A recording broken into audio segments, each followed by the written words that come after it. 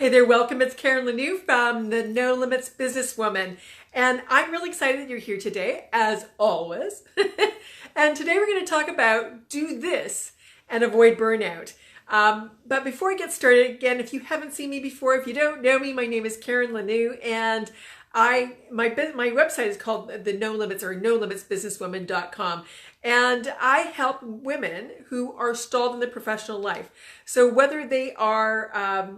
whether they're working for somebody else or they work for themselves, what happens for them is they just get into this state where they're self-sabotaging, they're procrastinating, they're in overwhelm, and so I help them to get them out of that. So I have a free gift for you today. I wrote a book about this, the 5 self-sabotage habits that brilliant women have that keep them stuck. And so if you want that ebook, it's free. And where you go is to nolimitsbusinesswoman.com/5 habits. And it's 5, just the number 5. So 5 habits. Okay, let's get started. So burnout. Man, I see this in women all the time. It's part of it is kind of really about being a people pleaser, for sure. And what happens is that it often, we start really enthusiastically in our work and we're excited about it. We have some things to accomplish. And then what happens is the work keeps getting piled on and piled on and piled on. And then on top of that, especially for women, we end up, whether or not we have kids, we have animals, we have partners, we have families, or parents, or whoever it is, to look after as well. So again, if you're in the sandwich generation, where again you have kids and parents to look after, to help out, this can be particularly overwhelming. And that's really what burnout is. It's just an extended period of overwhelm. Now, what happens is we've put ourselves in this frying pan, and what happens over time is that it's like the frog thing, right? I don't like using the frog analogy, but really over time what happens is that the temperature in the frying pan keeps getting turned up. And if you're really good at what you do, then you get asked to do more, right? So you get asked to do more piles on, and all of a sudden you find yourself with all this stuff to do and not enough time to do it, and too many things to do, and you just start getting discouraged, maybe even defeated, and certainly tired, right? And kind of starting to get confused about, well, what do I do next? What do I do first? And look, you also don't have to be in a sandwich generation where you're looking after everybody else. It could just be you in your business and maybe your partner, but again, it's just like there's so much to do. And if you're doing it all, that becomes a problem. And again, so what ends up happening is this frying pan keeps getting turned up and turned up and turned up. And all of a sudden, we are, we're overwhelmed, right? And, we start to wither and start to kind of just get burnt out. So what we want to do is stop that, because what happens is if we stay in this way for a very long time, if we stay in this frame for a very long time, we start to not feel very good. We start to get sick. And again, we're very tired, we're fatigued, and all kinds of things start to happen out of that. And out of that can happen just fatigue, right? Not enough sleep. But also disease. If we stay in this for too long, disease can start to happen. On top of that, we become less effective. So, I mean, the disease part, that's really, really important. But even before we get there, what happens is we start to become ineffective in what we do and less productive. And all of a sudden, it's like this world is passing us by, and people seem to have all this time. They're going on vacations, and they're taking all this time off, or they just they leave work early, or you see them kind of gallivanting all over the place, and you wonder, oh my God, how could I possibly do that? I can barely make it home at the end of the day, or even make it downstairs or wherever it is if you're working from home. So there's a few things to start looking at. First of all, one of the things again is that as people pleasers, and I mentioned this to begin with, is I find a lot of women are people pleasers. I've been there, I've done that. And as a people pleaser, what you want to do is you want to do everything for everybody now. And on our mastermind call this morning, I had to remind somebody who's in our mastermind, one of the gals in the mastermind, it's just like the same thing as in the plane. When you're taking off and they're giving you instructions, you need to put on your mask first, okay? So if in the event of an engine failure or air pressure drop in the cabin, you need to put on your mask first. You have to look after yourself. You have to look after yourself first. But what happens with people pleasers is that they look after everybody else first. Everybody else's priorities come before theirs. And you need to stop that, because we teach people how to treat us, period. And so when we're in a work environment, we're working for somebody else, and we're the one that always says yes to something, yes to all the extra duties, because you think that's going to get you where you want to go. Maybe it will. But there's a point where there comes in environments, in work environments, where they actually just start to take advantage of that. It's like, okay, well, Lisa's going to do this all the time, right? So let's give it to Lisa. We don't have to hire anybody else. We don't have to give anybody a raise. She just always says yes. Sound familiar? And so you don't want to be that person that keeps getting taken advantage of. And again, that's kind of where some of that burnout, that fatigue comes in, is because we don't know how to get out of this. So first of all, one of the things I would suggest is, wherever possible, stop saying yes, start saying no. And when you start to say no to things, you actually are starting to create boundaries. And that is a real problem for people pleasers, is that creating boundaries, they don't even know how to do that. They don't even know where to get started. And that's certainly one of the things I help with my clients with all the time. Okay, here's the situation. How do I create a boundary? Because what happens is, when we're living in this for a long time, and we're doing the same things over and over again, and again, we're teaching people how to treat us. We're teaching our clients how to treat us. We're teaching our bosses how to treat us. We're teaching our friends and our family how to treat us. And again, all this stuff keeps getting piled on, and we keep saying yes. So you want to start to create boundaries.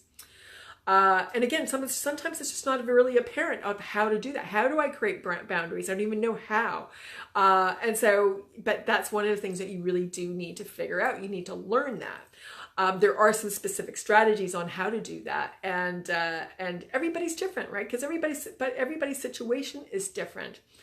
The other thing that you need to look at is who can you delegate to. Okay, sometimes delegation is really, really important. But again, as a people pleaser, and really kind of feeling like we're super women, we want to be super women. We want to be the one that can do it all, and we feel like we can do it all. But again, as time goes on, that frying pan keeps getting turned up, and you really can't do that. You can't keep doing that, because again, you will burn out. So start looking around. Who can I delegate to? So again, even if it's at home, who in your home life can you delegate to? Again, I see moms, come home, they've had a full day at work, and their kids, they don't delegate to their kids, because sometimes it just feels like it's going to be too hard to teach them, and it's not going to be done the way that you want. Look, this is the only way that kids learn. This is how I learned. It's like, okay, you do this. Like, you go figure it out. You vacuum, you wash the dishes, you do those kinds of things, right? You keep your room clean. My mom never made me do laundry, because that was one of the things she would never delegate. But start delegating. Start looking for those things you can start to delegate, so you are not always the one doing it. Because again, what happens for us is we start to feel like victims. And when we start to feel like we're victims, we're put upon, it's an obligation that it just, again, there's a story here that starts to build. And it starts to actually, the story itself and the energy we put into it and the energy we put into our day and doing all of the stuff for everybody else, it starts to pull away from us. It starts to pull our energy. And that also is it's an energy suck, right? And when we have things that are starting to suck our energy, it leads to burnout faster. So you want to start looking for ways that you can delegate. Now, also, the other thing I would suggest is look for ways that you can eliminate. Are there things that you can eliminate something out of what you're doing? So let's say, again, you're working for somebody else. Can you Can you go to your superior or your boss and say, look, I don't have enough time to do this. I'm feeling overwhelmed. Could Sherry do this, right? Could Sandy do this? Or could Bob do this? And start to look for solutions. One of the things I certainly learned really well in my last job was that, it was always like, don't come to me with a problem, come to me with a solution. And so when you do that, you also make yourself even more valuable in your organization. For yourself, if you're working for yourself personally, how can you delegate? How can you eliminate some things? How can you take them totally off your plate and hand them over to somebody else? Can you hire a virtual assistant? Can you hire your kid? Can you give your kid somebody to do this? Can you get your neighbor's kid or your nephew or your niece to do something for you? Pay them a little bit of money. But again, something that is sucking your time and sucking your energy. Start to, again, delegate and eliminate it off your list. But again, are there things right now that you can eliminate right now? And this is the thing that I always hear from people. It's like, Karen, you don't know my situation. And that's true. I don't know your situation. But I also know, for the most part, I can virtually always help my clients find a way out of the situation they've found themselves in. So those are just some steps that I would start to just start trying it. Again, it's like, what can you say no to? What can you delegate? What can you eliminate, right? When you can start to do this, what will happen is you'll start to free up your energy. You'll start to free up your time. You will start to feel better. And that, as you're moving towards that burnout phase where it's like, I'm so tired, I'm so overwhelmed. When you start to kind of back away from that and start to take steps, all it takes is a little baby steps towards, not having such a full calendar, right? Is there something, if you're looking after a parent, is there another sibling that can help you, right? Is your parent eligible for getting help, right? Either through their government, through their particular, through their pension. Again, start to look for other ways, even just a little bit of, starting to take a few things off your plate, even though, so what will come up? and I mean, so this has just kind of popped into my mind. What happens for again, people pleasers is guilt. Oh my gosh, guilt, again, it just starts to really shift and change our energy. So we want to start to eliminate guilt. There's all kinds of ways to do that. If you can clear out that energy and that belief about guilt, that I have to feel guilty about this, again, as people pleasers, when you do this, again, things will start to change. And I know I've said again a lot. Instead of it's like again. But what I want you to do is really start to think about, how can I start to change this? Start doing... this is my husband. He's calling. I don't know if you can hear that. Anyways, let's do that. I just declined his call. All right.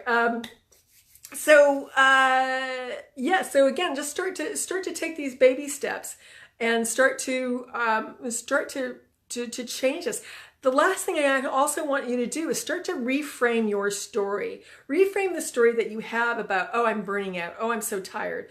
And maybe you are. I'm not saying that you're not. But start to change your story. And so often what will happen is that we have a story about, I'm so busy, I'm overwhelmed with all of this stuff. And that also, just that story can start to be a time suck on us or an energy suck on us. So is there a way you can reframe this from an obligation to a choice? I find this for so many people, for so many women, when we can reframe from this is an obligation to a choice, that also starts to change the energy of it. When we can change it, honestly, if we can change the energy of anything, it will give you more energy. If we can change the idea, if we can change the story, again, you will start to feel differently. and all of a sudden you'll see yourself start to have more and more time and more energy. So try those things. I would love if you are here with me on the Karen Lanoue business page, if throw your comments down if you're in our Facebook group, the No Limits Businesswoman Facebook group. Just again, comment on this, ask questions, and just like the video. If you got something out of this, please like the video. That then moves it up, and Facebook does more stuff with it. If you're going to be watching this later, again, just make sure that you're liking this and subscribing to the channel, wherever you're listening to this. But again, thank you again for hanging in there and listening, and try these things. Look, burnout is not inevitable. You can change this. You can shift this. And again, I've seen this happen over and over again for women, especially people pleasers. So start to shift this for yourself. It is doable. It is absolutely doable. Now, if you'd like some help with this and you just are not kind of getting a sense of like, oh, Karen, I've tried some of this stuff, but I don't understand. There's something I'm not getting.